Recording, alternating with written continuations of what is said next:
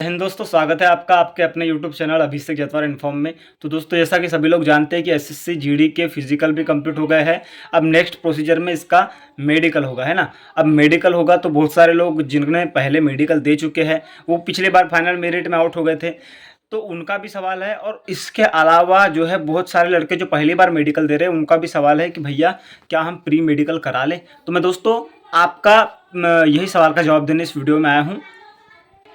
तो दोस्तों, बहुत सारे लोग पूछ रहे हैं कि भैया क्या मैं प्री मेडिकल करा लूं, तो उन्हीं के सवालों का मैं इस वीडियो में जवाब देने वाला हूं। प्री मेडिकल क्या होता है दोस्तों, कि आप किसी डॉक्टर के पास जाते हैं, किसी संस्था के पास जाते हैं और बोलते हैं कि आप मेरे बॉडी का पूरा चेकअप करा दीजिए, मैं आपको इसके बदले में उनका जो डिसाइड अमाउंट रहता है डॉक्टर का, उसको उनको पे करना पड़ता है कि कितना वो अमाउंट लेते हैं और हमारा प्री मेडिकल कर देते हैं। तो मैं बता दूं कि जो भी लोग अभी प्री मेडिकल कराने की सोच रहे हैं उनको एक ही सलाह दूंगा, दोस्त प्री मेडिकल मत कराइए। प्री मेडिकल क्यों मत कराइए, तो मैं आपको बता रहा हूँ। प्री मेडिकल कराने के पीछे जो अभी जो एक होड़ मची पड़ी है प्री मेडिकल कराने की, इसके पीछे कुछ बिजनेस है डॉक्टरों का।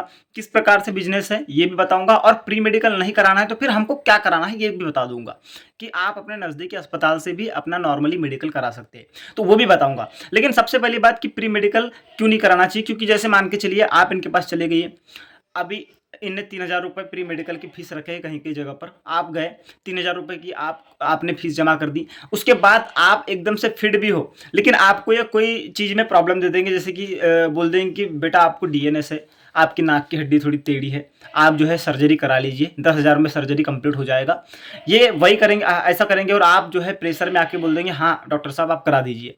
अब 3,000 की आपने सर्जरी करा ली, 10,000 की सर्जरी करा ली आपको, जबकि वो प्रॉब्लम थी ही नहीं। ये थोड़ा सा 19-20 करेंगे वहाँ पर और आपसे 10,000 लेकर के कर देंगे। एक बच्चे से 10,000 ले रहे हैं तो मान के चलिए कि कितने बच्चों से, ये मान के चलो कि अगर से इनके पास 500 बच्चे जो है जा रहे हैं मेडिकल करवाने, तो इनमें से अगर से इनने 200 को फिट भी कर दिया और 300 से सर्जरी भी करवा ली, तो सोच लीजिए इनका कितना बेनिफिट हो सकता है। तो हर कोई डॉक्टर ऐसा नहीं होता, लेकिन फिर भी बता दूं कि मोस्टली जगह पर लूट मार चल रही है मेरे भाई, यही मैं इस वीडियो में बताना चाह रहा हूँ। तो अब प्री मेडिकल आपको नहीं कराना है।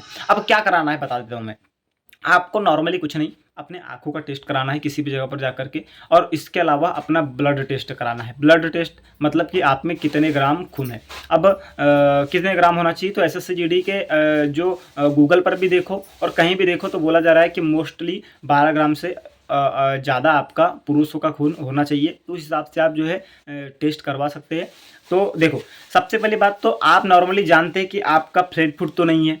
इसके अलावा आप जानते हैं कि नॉर्मली कि आपको वेरिकोस वेन तो नहीं है। ठीक है, ये आप खुद समझते हैं कि क्या पॉइंट होता है, फ्लैट फुट क्या होता है, वेरिकोस वेन क्या होता है, ये खुद आप चेक कर लीजिए। उसके अलावा नोकनी क्या होता है, इसको आप खुद चेक कर लीजिए। और मैं बता दूं कि अगर से आपके ऐसे नॉर्मली खड़े होने पर अगर से पैर जुड़ भी रहे हैं, तो वहाँ पर अगर से आप नोकनी चेक करा रहे हैं समझ लीजिए, और आपके पैर जुड़ रहे हैं, तो फिर वो एक बार मशीन से चेक करेंगे। मशीन से चेक करने पर अगर से आपके हड्डियों में गैप पाया गया तो आपको फिट कर देंगे। ठीक है, क्योंकि मेरे एक दोस्त के प्रॉपर घुटने जुड़ते थे, लेकिन मशीन से चेक करने पर हड्डियों में गैप पाया गया, उसे फिट कर दिया गया नौकनी में। तो आप नौकनी का अपने घर में ही चेक कर लीजिए। उसके बाद आपका चेस्ट का एक्सरे होता है, उसमें तो कोई जिसका एक्सीडेंट नहीं हुआ है तो वो तो फिट ही रहता है ना। और किसी का हड्डी वड्डी टूटा है एक्सीडेंट वगैरह में तो उसको दिक्कत होती है। फिर बात आ जाती है कैरी एंगल की, तो कैरी एंगल खुद चेक कर लीजिए। उसके अलावा कैरी एंगल के अलावा आप जो है आँख, कान, नाक, दांत ये अपने घर में चेक कर सकते हैं। दांत का मैं बता दूं कि आपके टोटल 22 पॉइंट होते हैं, जिसमें दाढ़ के 2 पॉइंट मिलते हैं और दांत का 1 पॉइंट मिलता है। और ये पॉइंट तभी मिलते हैं जब नीचे के दांत के साथ ऊपर का दांत स्वस्थ हो, या नीचे की दाढ़ के साथ ऊपर की दाढ़ स्वस्थ हो। अगर से आपकी 2 दाढ़ खराब भी है तो उसके 4 पॉइंट कटेंगे, 18 पॉइंट आपको फिर भी मिल रहे हैं, और 14 डेंटल पॉइंट में पास होते हैं। तो ये दांत का हो गया।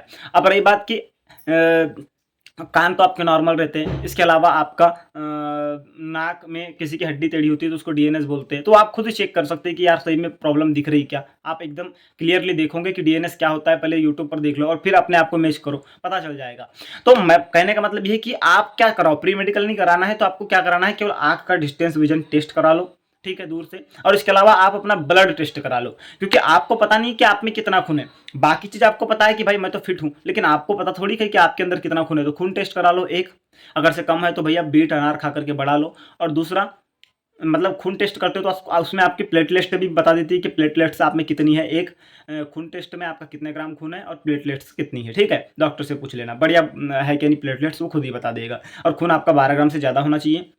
ठीक है। अब बात आ जाती है कि आँख का टेस्ट कहाँ से करा सकते हो, तो नज़दीकी इसमें जाओ या फिर फ्लिपकार्ट से आई चार्ट मंगा लो और 20 फीट दूर से उसको एक आँख से बंद करके पढ़ो। ठीक है। उसके सबसे नीचे वाली लाइन 6/5 होती है और उससे थोड़ी ऊपर वाली लाइन जो एक यानी नीचे से सेकंड नंबर की लाइन 6/5 होती है। ठीक है।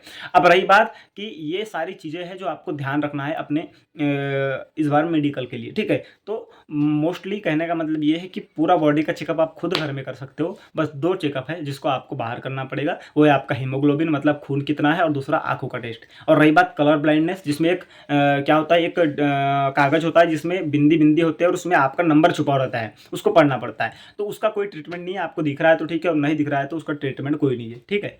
ये मैं आपको बताना चाह रहा हूँ। तो वीडियो के माध्यम से थोड़ी सी जानकारी यही देना चाह रहा था। अगर से आपको जानकारी पसंद आई तो बताना, और बाकी आपकी क्या राय है प्री मेडिकल को लेकर ये भी बताना। मिलेंगे नेक्स्ट वीडियो में, तब तक के लिए जय हिंद, जय भारत, वंदे मातरम।